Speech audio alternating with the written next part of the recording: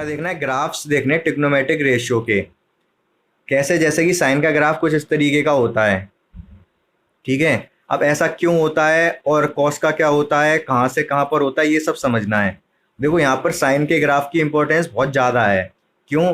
क्योंकि ये देखो ये जो ग्राफ बन रहा है ना, इलेक्ट्रोमैग्नेटिक वेव्स जिस वे में ट्रेवल करती हैं वो साइन वेव की फॉर्म में ट्रेवल करती हैं। इलेक्ट्रोमैग्नेटिक वेव मतलब क्या? अभी आपके फ़ोन में ये जो हमारा कम्युनिकेशन हो रहा है ना, तो ये क्या है, आप मेरे फ़ोन से यहाँ से वेव्स निकल रही हैं और आपके फ़ोन में जा रही हैं टावर के थ्रू, सैटेलाइट के थ्रू। वो जो वेव्स जा रही हैं ना, वो इसी फॉर्म में जा रही हैं। इलेक्ट्रोमैग्नेटिक वेव्स जो जा रही हैं मेरे फ़ोन से आपके फ़ोन में, वो उनको इलेक्ट्रोमैग्नेटिक वेव ही बोलते हैं। ठीक है। वो इसी फॉर्म में चल रही हैं। ठीक है। अब वो इस फॉर्म में अगर चल रही हैं, तो अगर हमको साइन के बारे में पूरी नॉलेज नहीं होगी तो हम नहीं पता कर पाएंगे वेव कहाँ से कहाँ तक ट्रेवल करेगी, कितनी देर में वो ख़त्म हो जाएगी, और स्पीड क्या रहेगी उसकी, कितनी देर में पहुंचेगी। ये सब हमको तभी पता चलेगा पूरा, जब हमको साइन के बारे में पूरी नॉलेज होगी। ये बात समझ आ रही है? आप लोग सोचते होंगे कि मैथ्स का क्या इंपॉर्टेंस है साइंस में, तो ये मैं बता रहा हूँ थोड़ा, तो आपको समझ आया होगा। ठीक है। मैथ्स के बिना तो साइंस चल ही नहीं पाएगी, इमेजिन ही नहीं कर सकते आप। ठीक है।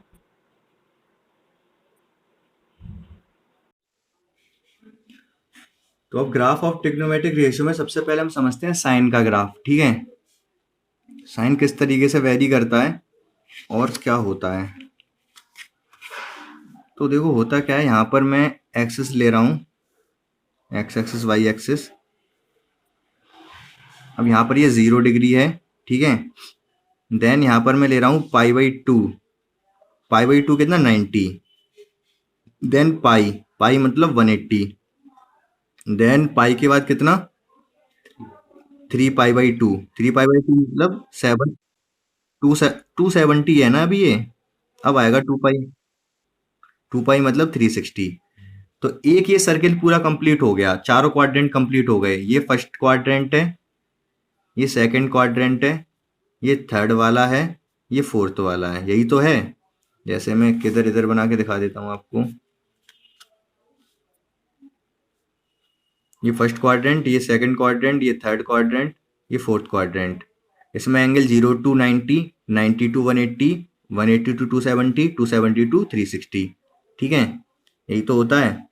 तो ये फर्स्ट सेकंड थर्ड क्वाड्रेंट है। अब ये घिचपिच ज़्यादा हो गई, लेकिन समझ आ रहा होगा आपको। मैं एक काम करता हूँ, एंगल कर देता हूँ रेड से। पाई/2, पाई, 3 पाई/2, 2 पाई। ठीक है। फिर यही रिपीटेशन होता रहेगा। ठीक है। चारों क्वाड्रेंट एक बार हो गए, तो आगे अगर हम लिखना चाहें तो पाई/2 और ऐड कर दो इसमें, तो कितना आएगा, ये 5 पाई/2 आ जाएगा। देन फिर कितना आएगा ये, फिर पाई ऐड कर दोगे आप इसमें तो 3 पाई आ जाएगा। ठीक है। और आगे तक बढ़ा देता हूँ इसको। फिर इसमें पाई/2 आप ऐड करोगे तो आ जाएगा ये 7 पाई/2। फिर कितना आ जाएगा, फिर आ जाएगा ये 4 पाई। ठीक है। अब ये दो बार क्वाड्रेंट बना दिया। ये यहाँ से यहाँ तक एक बार, फिर यहाँ से यहाँ तक दूसरी बार। ठीक है। अब देखो होता क्या है, आप साइन की वैल्यू को आप थोड़ा देखो होती किस तरीके की है साइन की वैल्यू। फर्स्ट क्वाड्रेंट में केवल देखो आप, साइन की वैल्यू 0, और 0 के बाद क्या लेते हो आप, 30। 30 मतलब पाई/6। देन 45 लेते हो, 45 मतलब पाई/4। देन 60, 60 मतलब पाई/3। देन 90, 90 मतलब पाई/2। तो वैल्यू यहाँ 0 होती है, फिर होती है 1/2, फिर 1/√2, फिर ये होती है √3/2, और फिर ये आती है 1। ये वैल्यू इंक्रीज कर रही है। 0 से हुई हाफ, हाफ मतलब 0.5। 1/√2, 1/√2 मतलब 1/1.414। ये कैलकुलेट करोगे तो 0.5 से आएगा ज़्यादा। ठीक है। तो ये वैल्यू इंक्रीज करती जा रही है और 1 हो गई, 0 से 1 हो गई पाई/2 तक। मतलब यहाँ से ये शुरू होगी, 0 पर 0 है ये, और 90 पे जाके हो जाएगी ये 1। ये बात समझ में आ रही है? थोड़ा थोड़ा इंक्रीज करके ही 1 हुई है ये। तो ये ग्राफ कुछ इस तरीके का जाएगा, 0 पर है, 0 से इंक्रीज करेगा,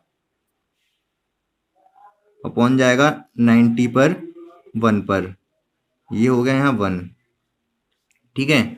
अब इसके बाद क्या होता है, सेकंड क्वाड्रेंट में साइन पॉजिटिव या नेगेटिव,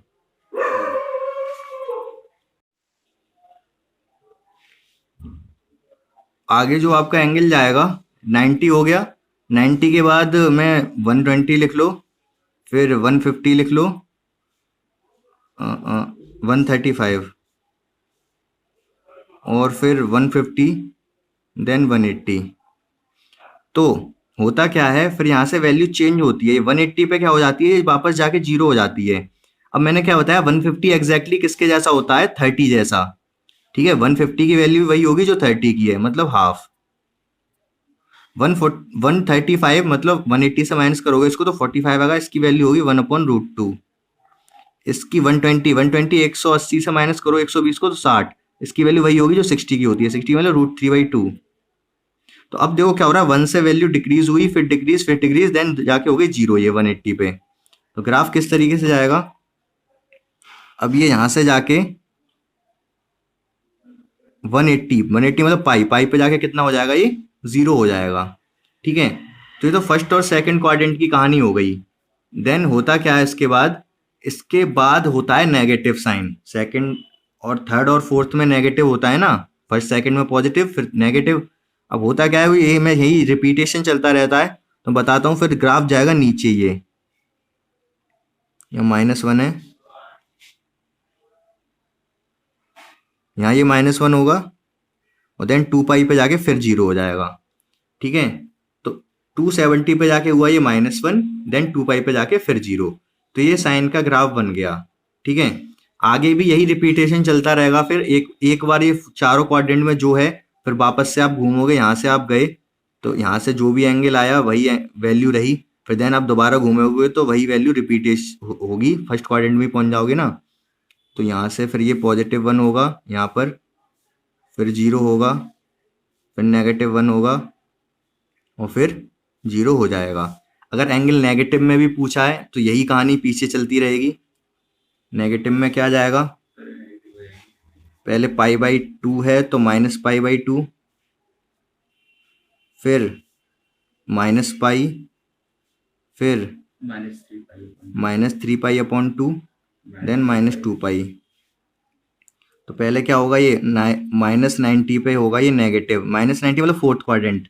माइनस में एंगल जब लेते हैं हम तो पीछे जाते हैं, जैसे एंगल जो भी लिया जाता है हमेशा, जैसे अगर कोई लाइन है या कोई पॉइंट है, तो ये सब लाइन क्यों ले रहा हूँ ये समझ आएगा आपको। तो जैसे इसका एंगल ये पता करना है तो ये पॉजिटिव एक्स एक्सिस से यहाँ से पॉजिटिव एंगल होगा, थीटा जो भी आएगा। लेकिन अगर मैं नीचे की तरफ कोई लाइन है इसका एंगल पूछूं तो ये नीचे जाना पड़ रहा है आपको, ये क्लॉकवाइज चलना पड़ रहा है, क्लॉकवाइज एंटी क्लॉकवाइज, क्लॉकवाइज चलना पड़ रहा है आपको। क्लॉकवाइज जब चलती है तो नेगेटिव होता है, ठीक है, तो ये -θ होगा। या एंटी क्लॉकवाइज चल रही थे पॉजिटिव एक्स एक्सिस से, एंगल हमेशा पॉजिटिव एक्स एक्सिस से ही देखा जाता है। ठीक है, अभी ये आप कोऑर्डिनेट, अभी आप ज्योमेट्री में भी देखोगे और यहाँ पर ट्रिग्नोमेट्री में, तो ये जब ज्योमेट्री स्टार्ट होगा तब ज़्यादा समझ आएंगे ये चीज़ें। तो यहाँ तक आपको क्लियर हो गया होगा। देन मैं आगे पूरा बना देता हूँ। ये π/2 पे हो जाएगा -1, ये थोड़ा पास हो गए इसलिए ये जल्दी से हो गया। फिर ये जीरो जाएगा, देन +1 जाएगा, देन जीरो हो जाएगा। तो इस तरीके का ग्राफ होता है। यहाँ थोड़ा सही नहीं बना, ये पास हो गए, यहाँ सही बना है। इस तरीके का ग्राफ चलता रहता है साइन का, इसमें आपको कोई कन्फ्यूजन नहीं होगी अभी। ठीक है, अगर है तो पूछो। अभी देखो हम यहाँ कौन सा फंक्शन स्टडी कर रहे हैं, साइन। मतलब अगर आपको y = दे रखा है sin x, ये फंक्शन दे रखा है y जो कि क्या है sin x है, तो डोमेन रेंज समझ लो थोड़ा सा आप यहाँ पर, डोमेन एंड रेंज। अच्छा, इसका डोमेन का मतलब और रेंज का मतलब क्या होता है? रेंज का मतलब तो आप समझते हो क्या, जैसे आपके पास कोई गन है तो आप देखोगे उसकी रेंज कहाँ तक है, कहाँ तक आप इससे मार सकते हो। ठीक है, यही तो होती है रेंज। डोमेन क्या है? डोमेन आपने कहाँ पर सुना है? डोमेन आपने सुना होगा कि अगर मान लो कोई डॉन है, ठीक है, और उसकी जो दादागिरी चलती है, मान लो वो चलती है केवल पर्टिकुलर किसी रीजन में, मान लो अलीगढ़ में चलती है केवल, ठीक है, तो हम पूछेंगे कि इसकी दादागिरी चलने की डोमेन क्या है, तो कहेंगे इसकी दादागिरी की चलने की डोमेन है केवल अलीगढ़, अलीगढ़ में चलती है, अलीगढ़ के बाहर ये भीगी बिल्ली की तरह हो जाता है। आ रही है बात समझ? डोमेन मतलब एक रीजन हो गया। तो इसी तरीके से होता क्या है यहाँ पर एक्स की आप जो जो वैल्यू यहाँ रख सकते हो वो इसकी डोमेन है। ठीक है, डोमेन क्या है? वैल्यू ऑफ एक्स, ये इसकी डोमेन होगी इस फंक्शन की। तो और रेंज क्या है? रेंज मतलब जो भी आंसर आएगा। रेंज मतलब वैल्यू ऑफ वाई लिख लो, या फिर वैल्यू ऑफ वाई, या फिर वैल्यू ऑफ फंक्शन। फंक्शन का जो भी आंसर आएगा वो इसकी रेंज होगी, और जो भी वैल्यू रख सकते हो एक्स की वो इसकी क्या होगी? डोमेन। तो आप बताओ दीपेन, इसकी डोमेन क्या है? वैल्यू ऑफ एक्स की हाँ, क्या क्या रख सकते हो एक्स की जगह आप? भैया थीटा जीरो रख सकते हैं और और 30 रख सकते हैं। 1000 रख सकते हो? नहीं नहीं रख सकते? भैया, रखने को तो कुछ भी रख देंगे पर वैल्यू होनी चाहिए उसकी। वैल्यू होनी चाहिए, वैल्यू तो सबकी होती है। यहाँ पर अगर मैं ये 30 रख रहा हूँ, इसका मतलब ये नहीं है कि 30 की वैल्यू होती है, 15 की भी होती होगी कुछ ना कुछ, वो भी हम देखेंगे, अभी सॉल्व करेंगे। ठीक तो है, भैया कुछ भी रख देंगे। कुछ भी रख सकते हो, तो यहाँ एक्स की वैल्यू कुछ भी रख सकते हो। तो डोमेन इसकी क्या हो गई? All real number are. ठीक है, ये इसकी हो गई डोमेन। रेंज क्या होती है इसकी? वाई का वैल्यू क्या क्या आ सकती है? भैया 1 से -1 तक। 1 से -1 नहीं, -1 से 1। तो -1 रेंज हो गई -1 से 1, इंक्लूडिंग -1 और 1। तो इसकी रेंज हो गई। ठीक है, ये भी आपको थोड़ा थोड़ा पता होना चाहिए, क्योंकि अभी हम सबका डिस्कस करेंगे, ये डोमेन और रेंज। क्या क्या वैल्यू रख सकते हो आप, क्या क्या वैल्यू आ सकती है उस पर्टिकुलर फंक्शन की। ठीक है, तो ये आपको पता होना चाहिए। साइन की वैल्यू -1 से 1 होती है, आपको पता है, 10th में हमने काफी डिस्कस किया है इसको। अब आगे आता है ग्राफ ऑफ कॉस एक्स। अच्छा, कॉस एक्स का आप अपने से बनाना इसी तरीके से। मैं थोड़ा सा हिंट दे देता हूँ, स्टार्टिंग बता देता हूँ कैसे करनी, फिर आप करोगे अपने से। तो कॉस में होता क्या है, चलो बता ही देता हूँ। कॉस एक्स में कैसे करते हैं,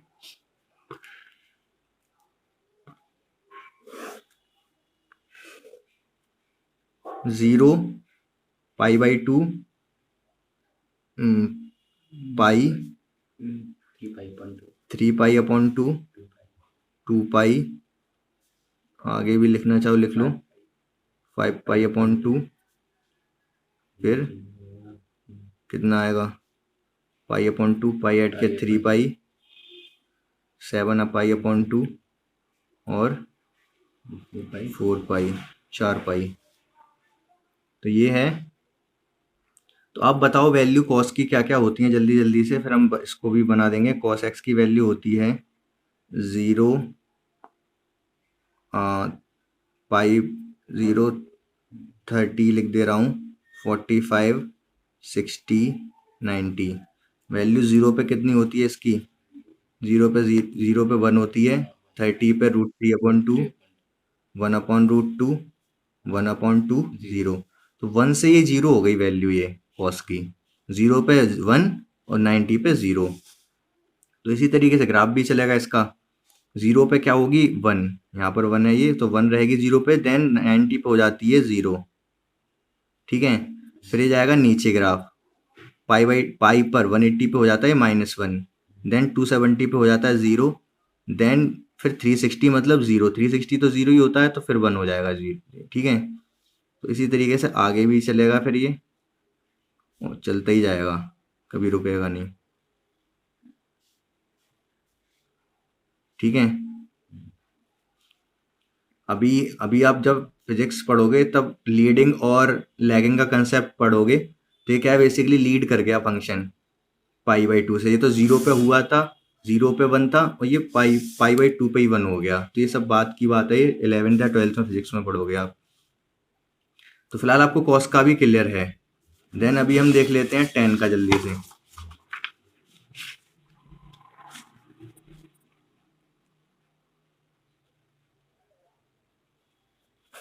टेन की वैल्यू एक बार चेक कर लेते हैं। अच्छा, कॉस की डोमेन रेंज वही रहेगी जो साइन की है। ठीक है, y = cos x। एक्स की वैल्यू आप कुछ भी रख सकते हो, वाई की वैल्यू -1 से बनी आएगी। 10x का देखते हैं, 0 π/2 पाई 3π/2 और 2π, बस पहले ही एक ही बार बना रहा हूँ क्वाड्रेंट। तो अब यहाँ पर 10 की वैल्यू की बात करें तो 10 की वैल्यू कैसे कैसे वेरी करती है। 10 की वैल्यू एंगल लिख ले रहा हूँ मैं, एंगल 0, 30, 45, 60 और 90। 0 पे वैल्यू होती है 0, फिर हो जाती है 1/√3। 1/√3 1 से कम है, फिर 1, फिर √3 1 से ज़्यादा हो गया, देन इनफाइनाइट। ठीक है, तो बहुत रैपिडली चेंज हुआ यहाँ से तो ठीक है। 1/√2 1, 0 से 45 तक 1 ही बढ़ा 0 से, और 145 से 90 हो गया 1 से इनफाइनाइट, बहुत जल्दी से बढ़ गया ये। ठीक है, 1 से सीधा इनफाइनाइट हो गया। अब 90 पे हो गया इनफाइनाइट, तो ये 90 है। तो मैं एक काम करता हूँ, यहाँ पर कुछ एक लाइन ले लेता हूँ, डॉटेड लाइन, क्यों, क्योंकि 90 दिखाना पड़ेगा यहाँ पर। देन वापस 180 पे क्या ये 0 हो जाएगा, ये बात आपको समझ आ रही है। तो पहले मैं दिखाता हूँ होता कैसे है। तो 0 पे है ये 0, ठीक है, और देन बढ़ता जा रहा है, फिर इनफाइनाइट होता जा रहा है। पहले बढ़ा ये स्लोली स्लोली, ठीक है, मतलब 45, यहाँ कहीं 45 होगा बीच में, 45 मतलब π/4।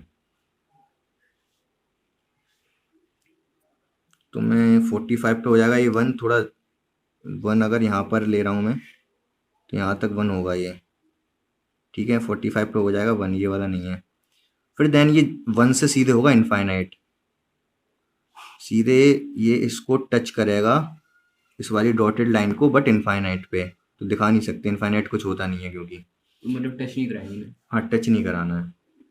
इनफाइनाइट बना सकते हो तुम, दिखा सकते हो कॉपी में, नहीं। नहीं तो टच भी नहीं करा सकते। तो इतनी बात तो आपको होगी क्लियर। अब मुझे बताओ आप, सेकंड क्वाड्रेंट में 10 की वैल्यू कैसी होती है।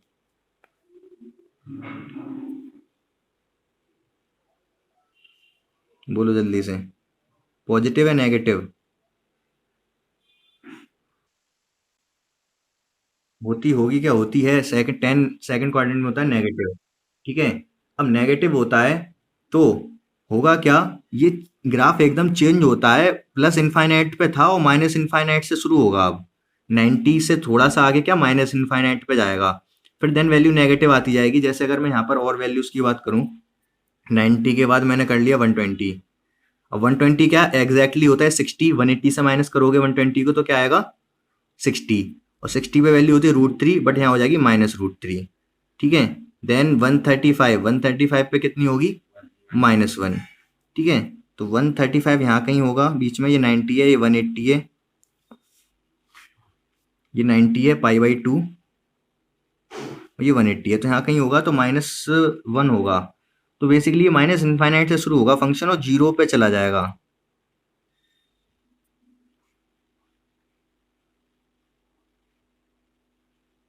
ठीक है,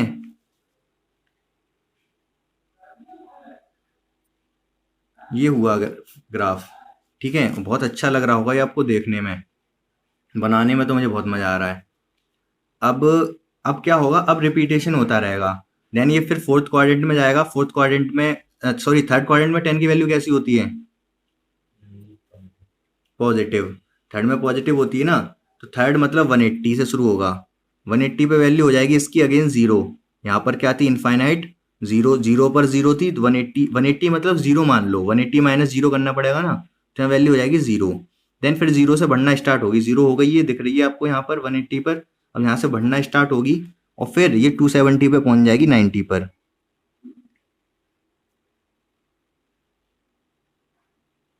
ठीक है, और फिर यहाँ से माइनस इनफाइनाइट से शुरू होगी ये, और ये जाके हो जाएगी 0 कहाँ पर 360 पर। तो ये आपको समझ आया होगा ग्राफ, ठीक है, समझ आया ये 10 का, क्लियर होगा डॉटेड आपको। लाइन इसमें कर दिया ना, क्या क्रॉस वायर में नहीं कर सकते ना ये डॉटेड लाइन। करने को कर लो, लेकिन यहाँ इनफाइनाइट दिखाना पड़ रहा है ना, इसलिए डॉटेड किए हैं ये। वहां पर जरूरत क्या है, वहां पर तो -1 से 1 होता है। आगे बनाओगे तो एक और बार इसी तरीके से आगे चला जाएगा ये। आगे कौन सा एंगल आएगा आपका, अगेन इसमें आप π/2 ऐड कर दो, π/2 ऐड करोगे तो 5π/2, और ये जाएगा कुछ इस तरीके से। ठीक है, फिर यहाँ से शुरू होगा, यहाँ पर इस तरीके से चलता रहेगा ये।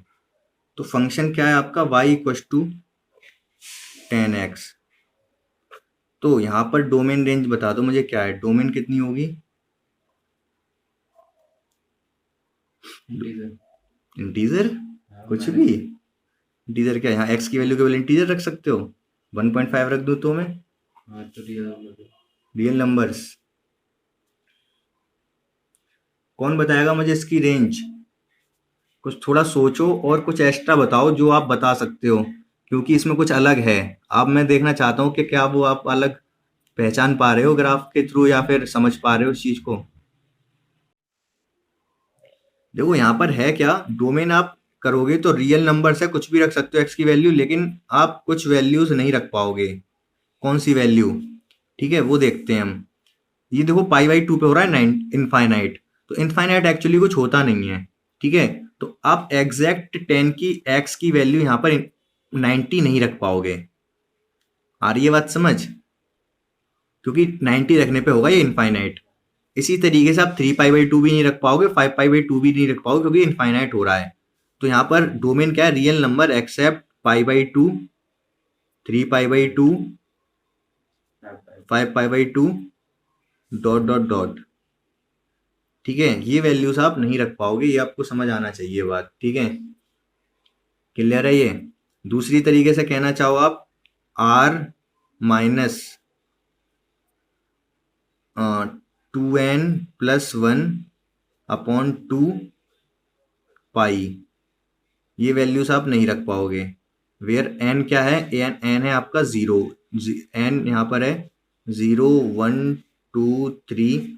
अभी ये आपने पहले एपी में पढ़ रखा है इस तरीके से बनाना, लेकिन अभी आप 11th में एपी पढ़ोगे तो और अच्छे से समझ आ जाएगा।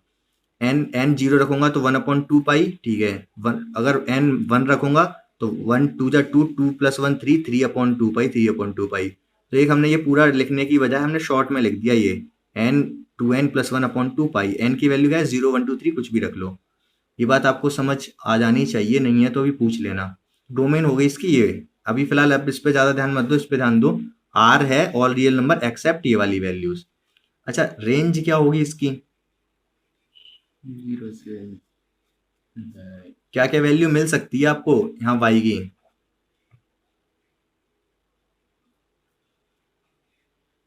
बताओ। नहीं समझ आ रहा तो ग्राफ देख के बताओ, क्या क्या कहाँ कहाँ पर ग्राफ जा रहा है। y एक्सिस पे चेक करो, ऐसी कोई वैल्यू है जो आपको y एक्सिस पे ना मिल पाए इस ग्राफ से? बोलो। y एक्सिस पे सारी वैल्यूज मिल जाएंगी। देखो हर एक जगह ग्राफ अवेलेबल है ये y के लिए, इधर भी पॉजिटिव में भी ऑल रियल नंबर, नेगेटिव में भी ऑल रियल नंबर। तो रेंज हो जाएगी इसकी ऑल रियल नंबर। तो इसमें अब आपको नहीं होनी चाहिए कोई कंफ्यूजन, है तो पूछो आप। अब देखो कॉट का तो आप बना लोगे। ठीक है, ऐसे ही बनाना है जैसे 10 का है। बनाना क्या है, आप एक बार एक आध बना के देख लेना, आपको मजा आएगा बनाने में। और बाकी एग्जाम में तो अभी फिलहाल तो कुछ नहीं आएगा क्वेश्चन, लेकिन अगर आपको ये सब पता है ना तो आपकी इमेजिनेशन पावर बढ़ जाएगी इनको क्वेश्चन को करने की। आप आइडिया लगा लोगे कि आंसर आने क्या वाला है, क्या क्या हो सकता है। तो ये जेई वगैरह में आपको हेल्प करेगा, अभी तो बहुत ज्यादा हेल्प नहीं करेगा, क्योंकि ग्राफ अगर बनवाता है तो ही हेल्प करेगा ये, बेसिकली बनवाएगा भी नहीं बोर्ड में। ठीक है, तो कोसेक एक्स का देखते हैं अब हम। अब कोसेक एक्स में क्या होता है, देखो पहले मैं शॉर्ट में बता देता हूँ करना कैसे है कोसेक एक्स का, देन आप वैल्यू के अकॉर्डिंग देख लेना। होता क्या है, कोसेक एक्स होता है 1/sin x। ठीक है, तो साइन एक्स का ग्राफ बनाओ आप, π/2 पाई, 3π/2, 2 पाई। तो मैं बना दे रहा हूँ यहाँ पर साइन का ग्राफ, ये 1 है, ये -1 है, ये वैल्यू गई 1, देन वैल्यू आई 0, देन वैल्यू पहुंची -। ये हो गया आपका साइन का ग्राफ, जो कि हम अभी देख चुके हैं। अब हमें कोसेक क्या होता है, 1/sin। तो 1/sin होता है, ठीक है, तो हम बस इसका उल्टा कर देंगे यहाँ पर। तो 1 यहाँ पर 1 पर 1 ही रहेगा ये, और देन ये नीचे आ रहा है, यहाँ से जाएगा ये ऊपर। यहाँ पर भी मुझे ये डॉटेड लाइन बनानी पड़ेंगी, यहाँ से ये ऊपर चला जाएगा। क्यों ऊपर जा रहा है? देखो यहाँ पर वैल्यू हो गई 0, तो 1/0 क्या होता है, साइन की वैल्यू 0 हो गई ना, तो 1/0 क्या आएगा, इनफाइनाइट। तो ये इनफाइनाइट को अप्रोच करेगा कहाँ पर, 90 पर, सॉरी 180 पर। 180 पे 0 होता है, 90 पे तो 1 होता है, 90 पे होता है 1, तो 1/1 क्या होगा, 1 1। तो इसीलिए मैंने 1 ही रखी कोसेक की वैल्यू 1 पर। और 0 पे होता है 0, तो 1/0 क्या, इनफाइनाइट, तो 0 पर भी इनफाइनाइट को अप्रोच करेगा। ये बात समझ आ रही होगी आपको, ठीक है। इसी तरीके से क्या होगा, cosec x equal to, formula आपको पता होना चाहिए, नहीं तो पता तो होता है, दिमाग में रहना चाहिए, नहीं तो ग्राफ बनाने में होगी दिक्कत। अब क्या होता है, यहाँ पर देखते हैं 270 पे, 270 पे साइन की वैल्यू होती है -1, तो कोसेक की कितनी होगी, -1 साइन की अगर -1 तो कोसेक की भी -1, मतलब ग्राफ यहाँ पर ही होगा। और फिर जैसे जैसे आप वैल्यू इसकी बढ़ाते जाओगे, ठीक है, तो साइन की वैल्यू क्या होगी, इसके आगे नेगेटिव में होती है वैल्यू, ठीक है, तो नेगेटिव में होती है, तो सपोज मैं आपसे कहता हूँ 1 यहाँ पर वैल्यू लेता हूँ मैं -0.0001, ये वैल्यू कहाँ पर मिलेगी मुझे, ये वैल्यू मिलेगी 180 से थोड़ा सा आगे, या फिर 180 के बाद तो नेगेटिव होता है ना साइन, 180 तक मतलब सेकंड क्वाड्रेंट तक पॉजिटिव रहता है, थर्ड और फोर्थ, ये थर्ड क्वाड्रेंट है, ये फोर्थ है, इसमें होता है नेगेटिव। और 180 पे होती है 0, और 0 से थोड़ा सा आगे वैल्यू का कितनी होगी, ये कहीं ना कहीं तो ये होगी, तो कोसेक की कितनी आएगी, कोसेक की आएगी नेगेटिव ही आएगी, और पॉइंट लग के ऊपर 0 पहुंच जाएंगे, पॉइंट में 1000। अगर साइन की 0.001 है तो कोसेक की आएगी माइनस का 1000, मतलब इनफाइनाइट बोल सकते हैं। तो यहाँ पर ये कहीं ना कहीं 1000 ही रहा होगा, तो 1000 से अप्रोच करेगा ये माइनस माइनस 1000, मतलब माइनस इनफाइनाइट से अप्रोच करेगा 1 को, और देन आगे भी ये फिर इसी तरीके से बन जाएगा। ये बात आपको समझ कितने % आ गई, ये बताओ आप मुझे, कोसेक का ग्राफ, ठीक है। तो हमने क्या क्या किया, यहाँ पर बस उल्टा कर दिया, यहाँ पर 1 है वहां से शुरू किया, ऊपर उल्टा इधर उल्टा साइन के में, यहाँ पर साइन का ये जो भी था -1 था, -1 पे -1, बाकी ये उल्टा कर दिया। तो इसी तरीके से आप बना सकते हो साइन इसका कोसेक का, और इसी तरीके से आप बना सकते हो सेक का भी। कॉस वाले का बनाओगे, कॉस वाले का उल्टा कर दोगे, और नहीं तो आप वैल्यू देखते जाना, सेक एक्स इक्वल टू होता है 1/cos x। cos x की वैल्यू जब 0 होगी तब सेक इनफाइनाइट हो जाएगा, जब 1 होगी तो 1 होगा, 0 पे 1 होता है तो सेक की भी 1 होगी, देन आगे ये फिर ये इनफाइनाइट होता जाएगा। ये आपका होमवर्क हो गया, क्या, सेक का ग्राफ बनाना और कॉट का बनाना। ये बात समझ आ गई होगी आपको, क्या होमवर्क है।